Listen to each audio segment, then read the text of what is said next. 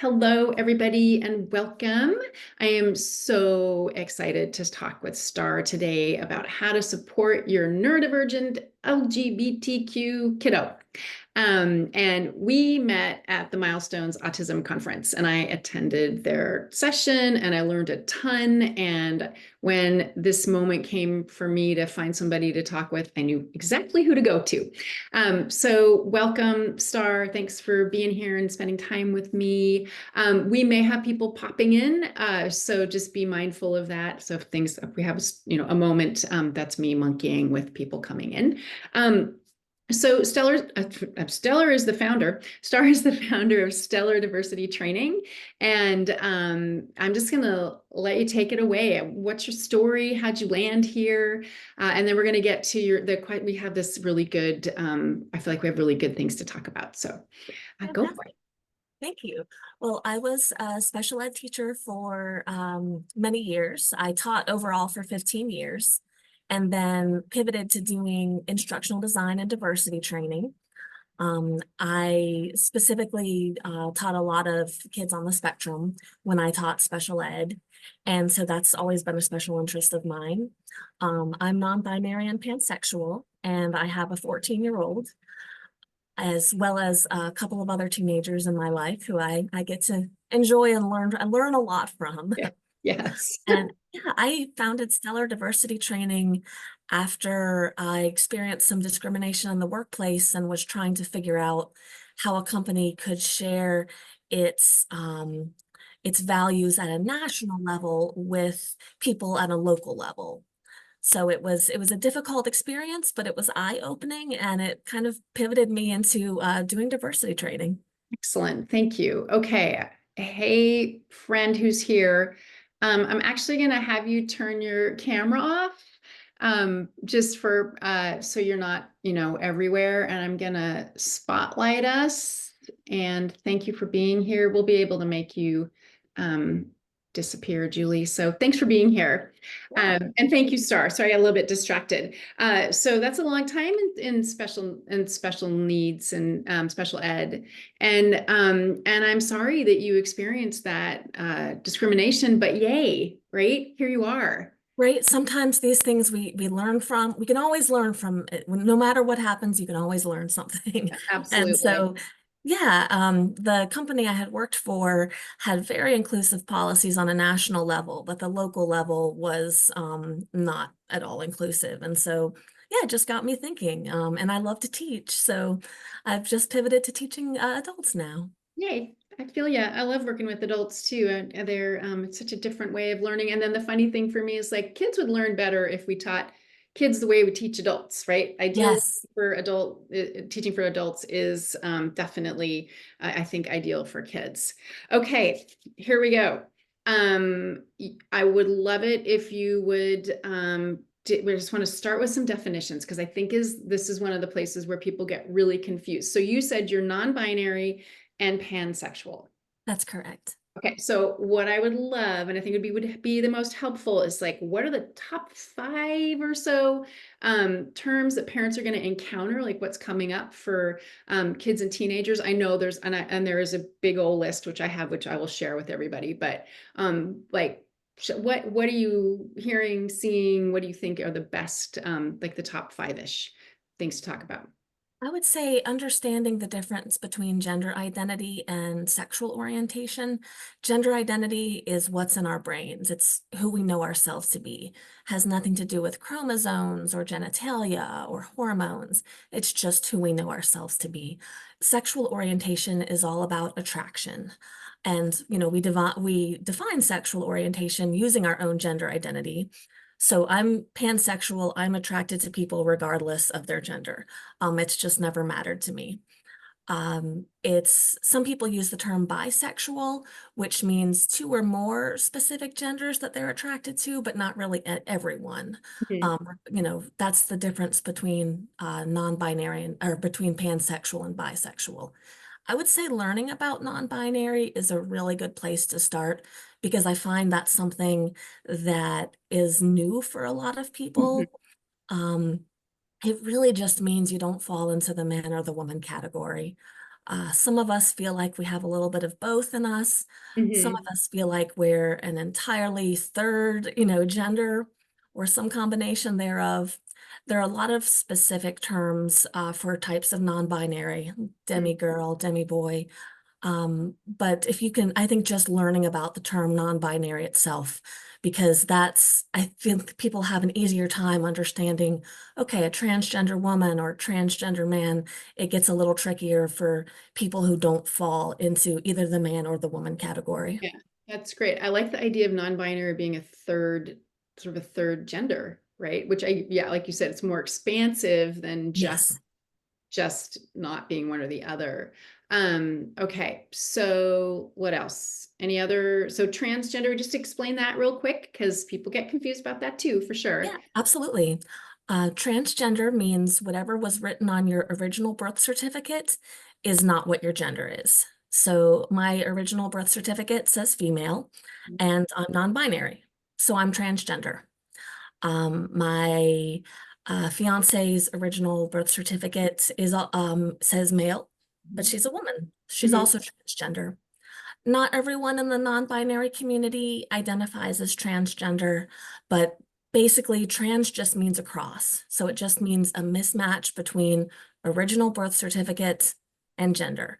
Yeah. Cisgender just means they're the same. Mhm. So if your birth certificate says female, yes, and you know yourself to be a woman, you're cisgender. If your birth certificate says male and you know yourself to be a man, then you're also cisgender. Yeah, great. Thank you. So, one of the ways I think about transgender is the trans part is like sometimes people are like, what's trans man? What's trans woman? As I think about it in terms of they're transitioning, that's the trans part. They're transitioning from one gender to another gender. And usually within that sort of very one or the other, right? They're transitioning to one of the other. Is that how you think about it? Because you said you think about yourself as a non-binary person as trans. Did you say? Yes, just because my original birth certificate isn't the same as my gender identity. Absolutely.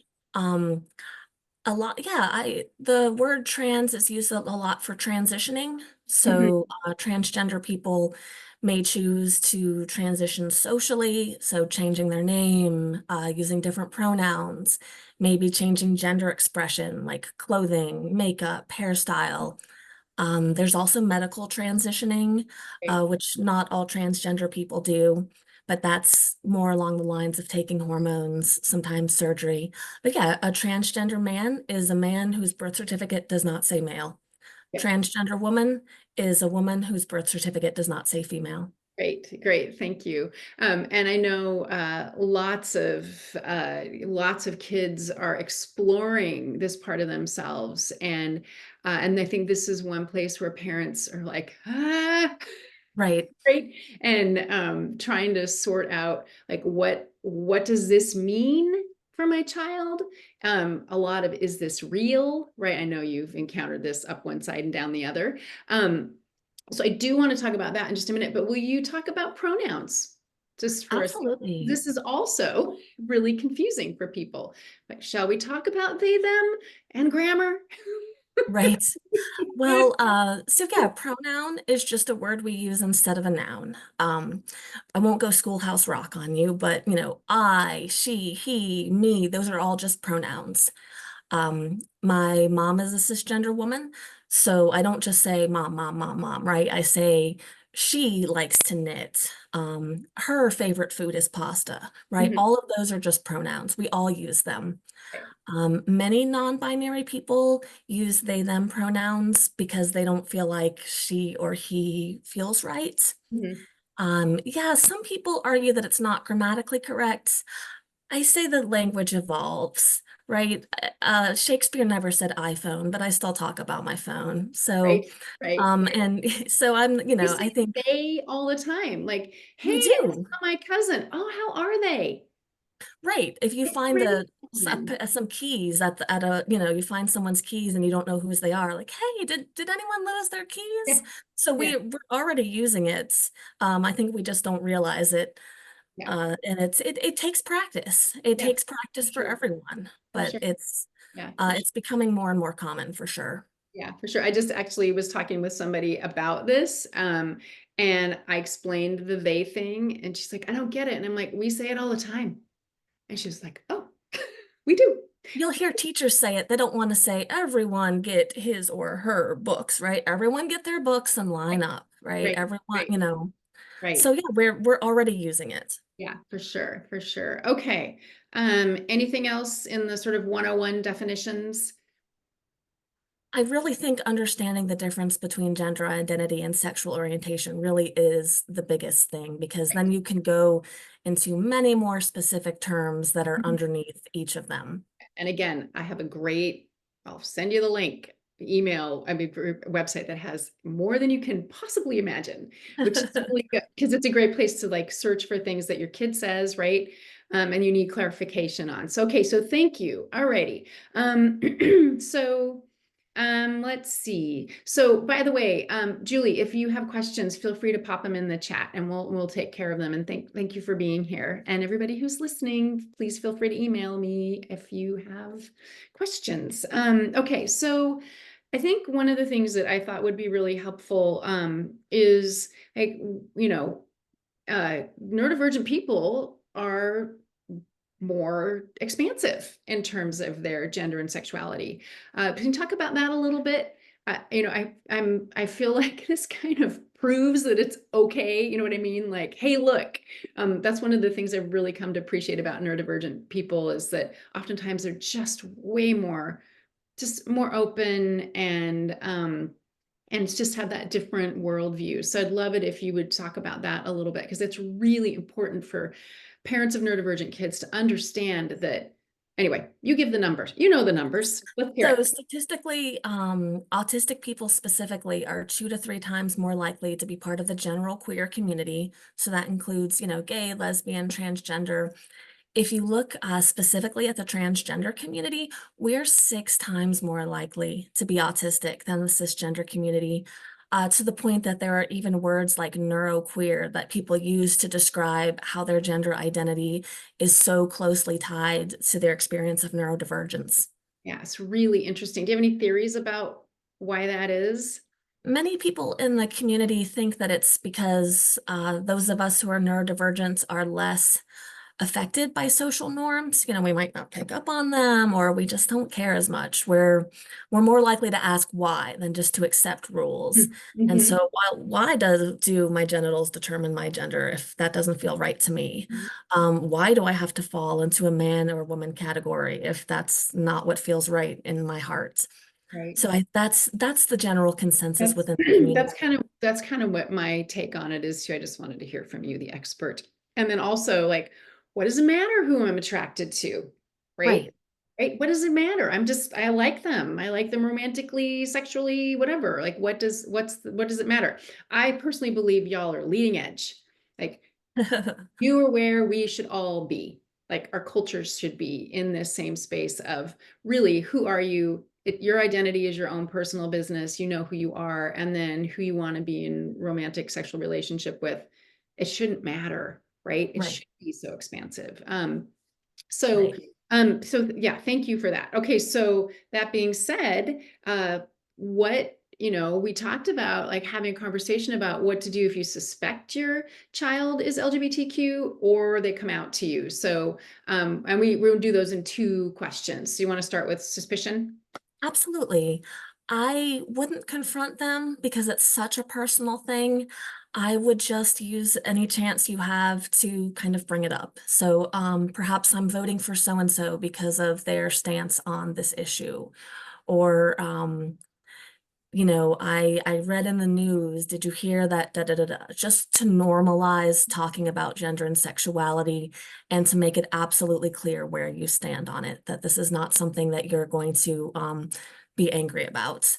Because you'd be surprised, even kids with the most accepting parents, because there's so much culturally, their expectations of how their parents are going to react and their fears might not be realistic given, you know, given how their parents are.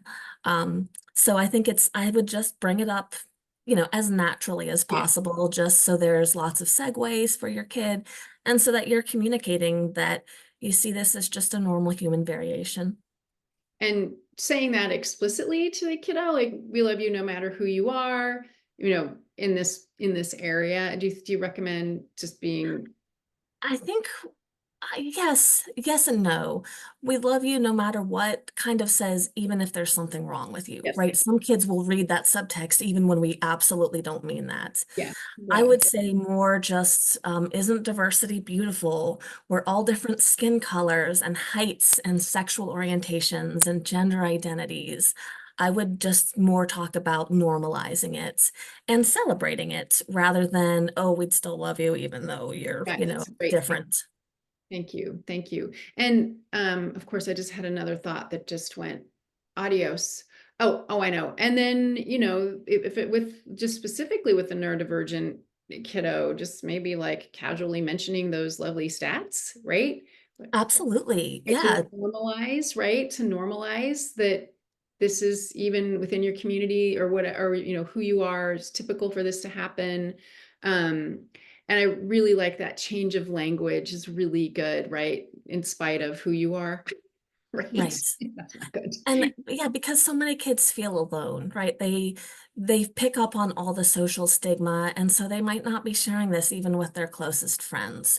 Mhm. And so yeah, the more you can normalize talking about it and make it not a scary subject. And yeah, the more you can share statistics like, hey, did you know that yeah, transgender people are 6 times more likely to be autistic? Things like that, again, gives them a segue and gives them some really important information that they might not be getting elsewhere. Yeah, I mean, I can imagine that being a kid that's autistic and having these feelings, but being told like, oh, hey, there's a whole crowd of folks that are just Right. like, You are not alone.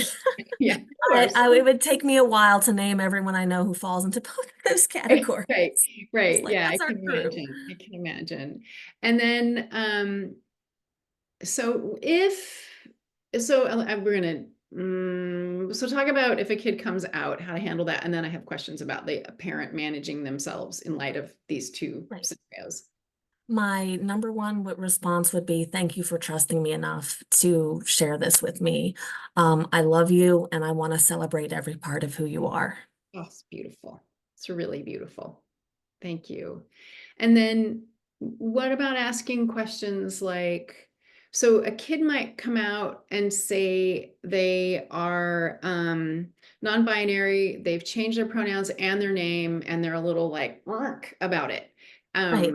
So how how to manage that kind of outrage about misgendering, which I know that happens. And part of that is adolescent, like, bright brain being a little or impulsive, and the neurodivergent brain also sometimes I think is just more blurty and Yes.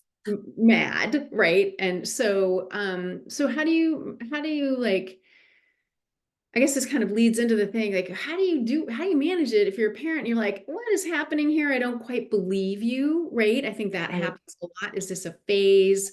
Are they, I don't ever say experimenting, I say exploring, Right. right?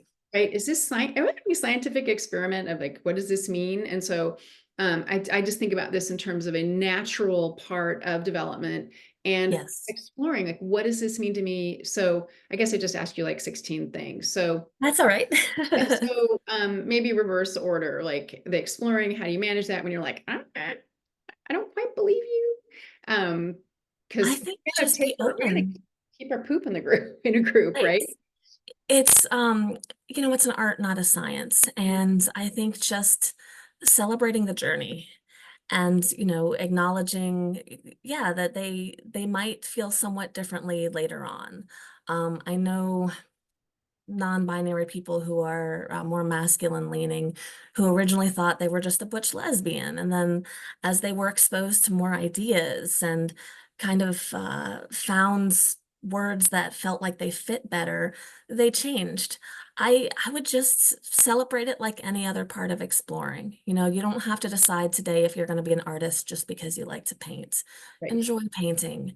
Let us know how we can support you. I think there are a lot of concerns about it being a phase just because it seems to be so much more common than it used to be. And my experience is that being trans isn't any more common than it used to be. It's just more accepted. Mhm. Our kids have access to the internet that I certainly didn't have, at their age. And so if no one's ever used a word that describes you, it's harder to have that word to describe how you feel, but they can connect with people all over the world who are having similar experiences. And so I think it's a really good thing. Again, I don't think it's a phase. I think it's more finding words. Like if you know you like purple, but you've never seen the word lavender, right? You might kind of describe, I like light purple, like not a dark purple, but Yeah. someone gives you a name for exactly how you feel. Mhm. It's beautiful, it's empowering, and it doesn't have to be written in stone. Right, So right. I wouldn't stress about, an exact term. If Mm, this is what feels right now, they might change later. right, It doesn't hurt anything, right? The right. important thing is that we're supporting them and teaching them that we are trustworthy people who respect what's important to them. Yeah, that's great. So two things. I know that I hear from parents that, okay, we're having a churn of gender identity and sexual orientation. And so it's really like, okay, this week they have these pronouns and this is the name. And so I think that sometimes it's hard to roll with that. And so one of my things of advice to parents is to freak out on your own time. Yes, Go over absolutely. here and be like, oh my God, we're on to a new name and I hate the name, right? Like do that over here, right? And over here, you have to manage, like I said, keep your poop in a group and be supportive and, and wait, right? Right. And wait. And, one of the other things is that, that the suicide rate of LGBTQ teens is 4 times higher than the general population. Is it 6? I don't know off the top of my It's head because significantly, yes, it's it is bad news. significantly. And the thing that keeps them on par with their cisgender peers, is parental support. So if the parent is 100% supportive, the suicide rate stays the same, which is terrible, right? I mean, who needs that? But it's the same as general population.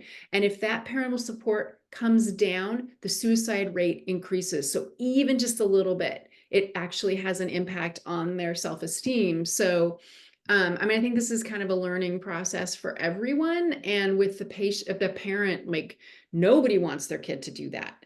And here's this higher risk. And then I think maybe you know this, maybe you don't, but I think neurodivergent teens have another higher rate than neurotypical kids. Am I making that up? Yes. No, that's correct. Yeah.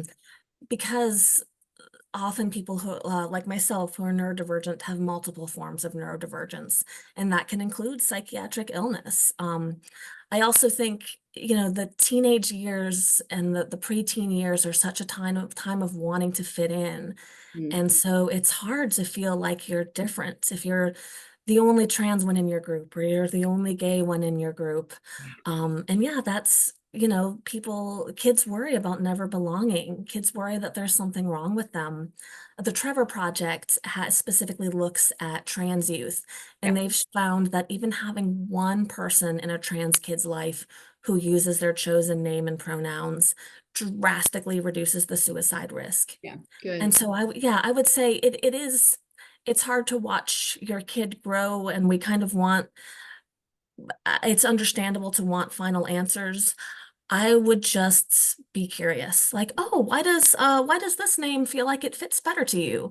Like, tell me why you chose that. Use Mhm. it as a chance to connect with your kid rather than to judge. Our kids explore a lot of things, right? Some of them go through, now, not that this is nearly as serious, but they might go through a goth phase or a preppy phase, or we don't say, oh, now you're going, yes, now you're going to be, you know, now you're going to be this, or now you're going to be that. No, like part of figuring out who you are is exploring a bunch of different things and sticking with what feels right. So I would just use it as a chance to connect with your kid. Like, oh, um, why does this term feel more correct to you than the term that you were using before? And use it as a chance to educate yourself and just get closer to your kid. And they like to be in power to like, explain this to me, right? Yes. They love to tell us what's what, right? I Like, ask they I know ask other everything. teenagers. I'll tell you what. They Um, know everything. yes. Oh yes, yes. Okay, let me see. Okay, so I love all this. Just being a teeny bit mindful of our time.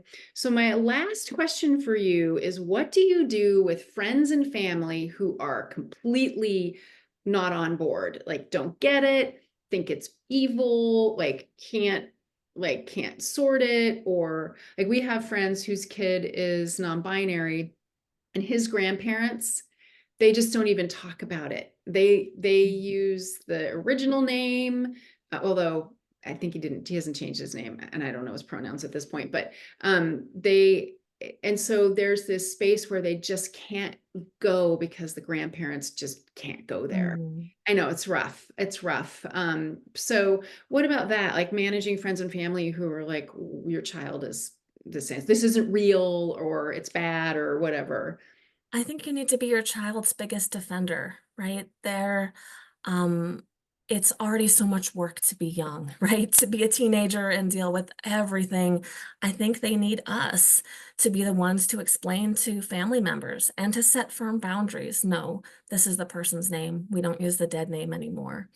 No, this is the pronouns. This is how we refer to them. You don't have to agree with it. You don't have to understand it. I can try to help you understand it, but this is what we do in our family. Again, Mhm. because it literally affects the suicide risk, you Yeah, know?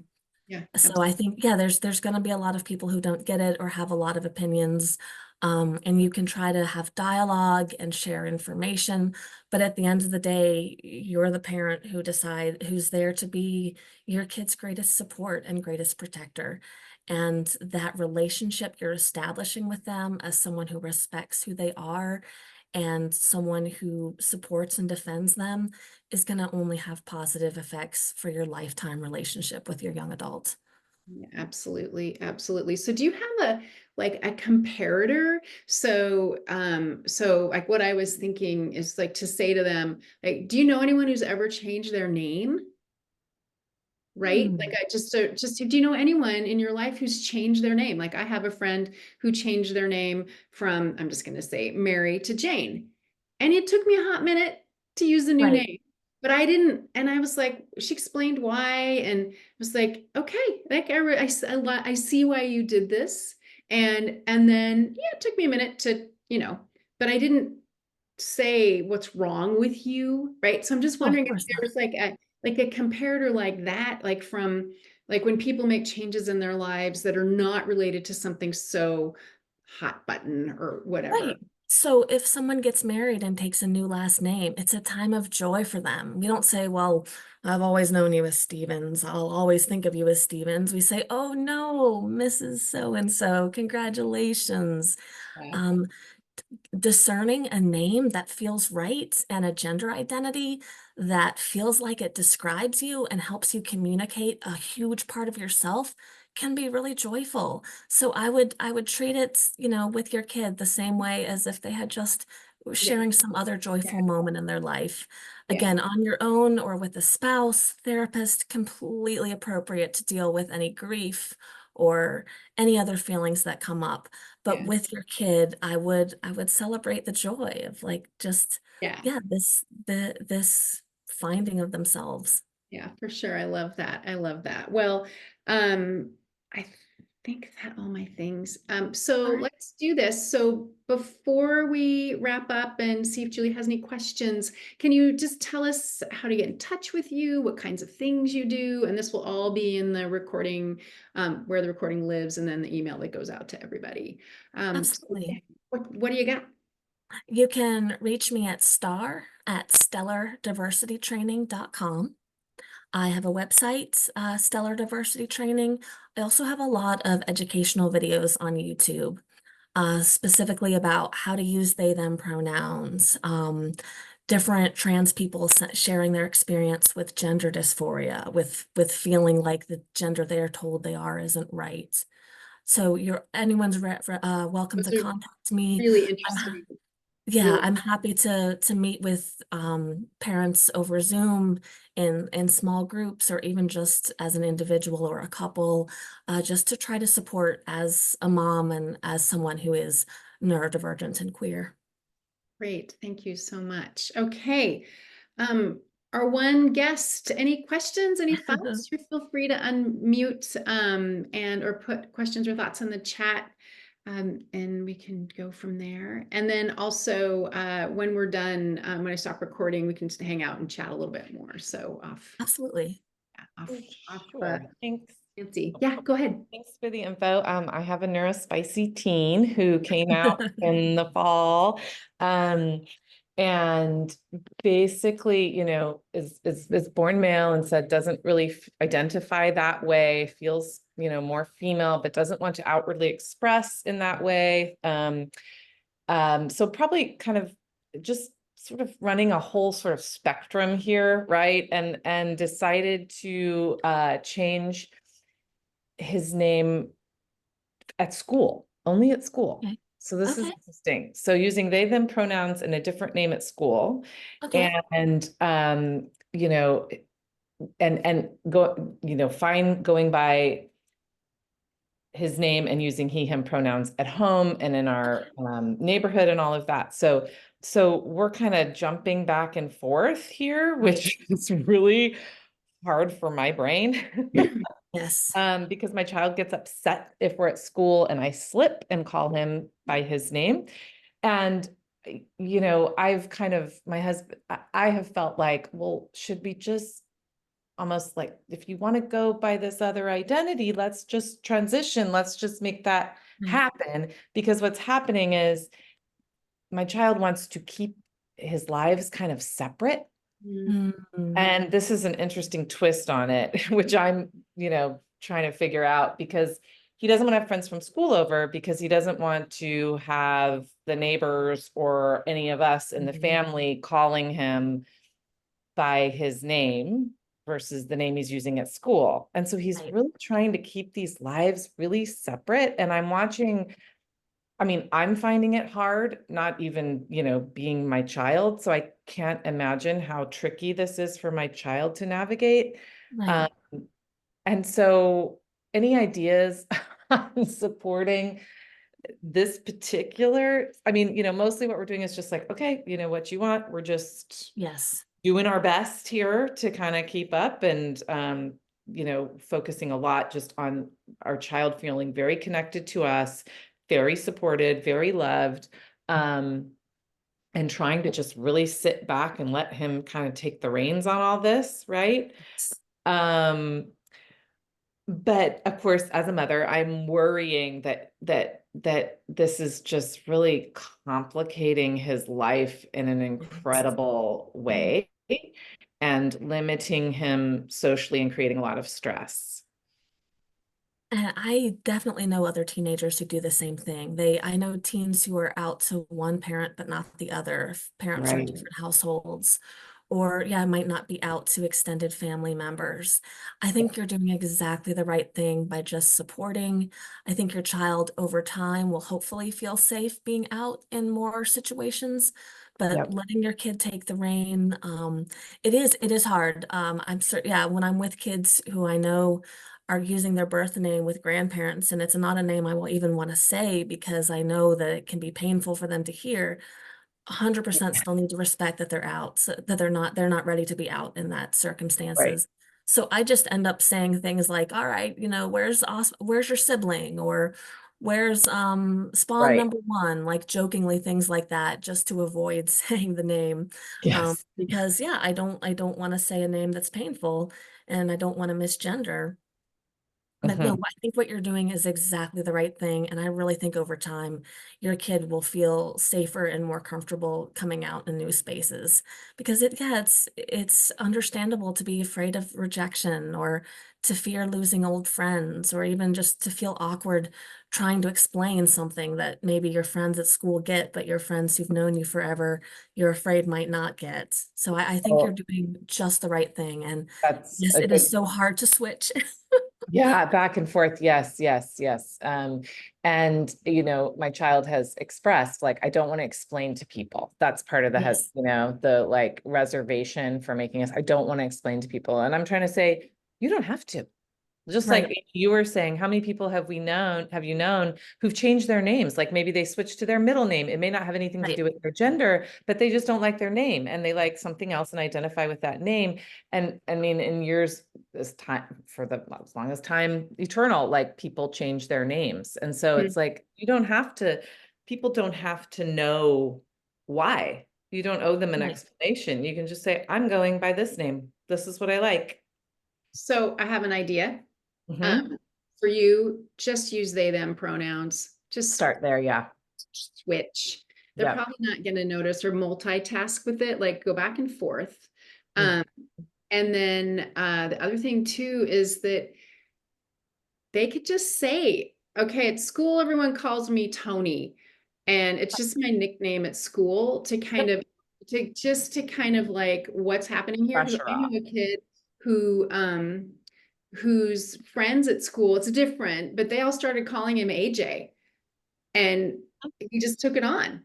And so his school friends called him AJ, and his old friends called him Andrew or whatever he was before.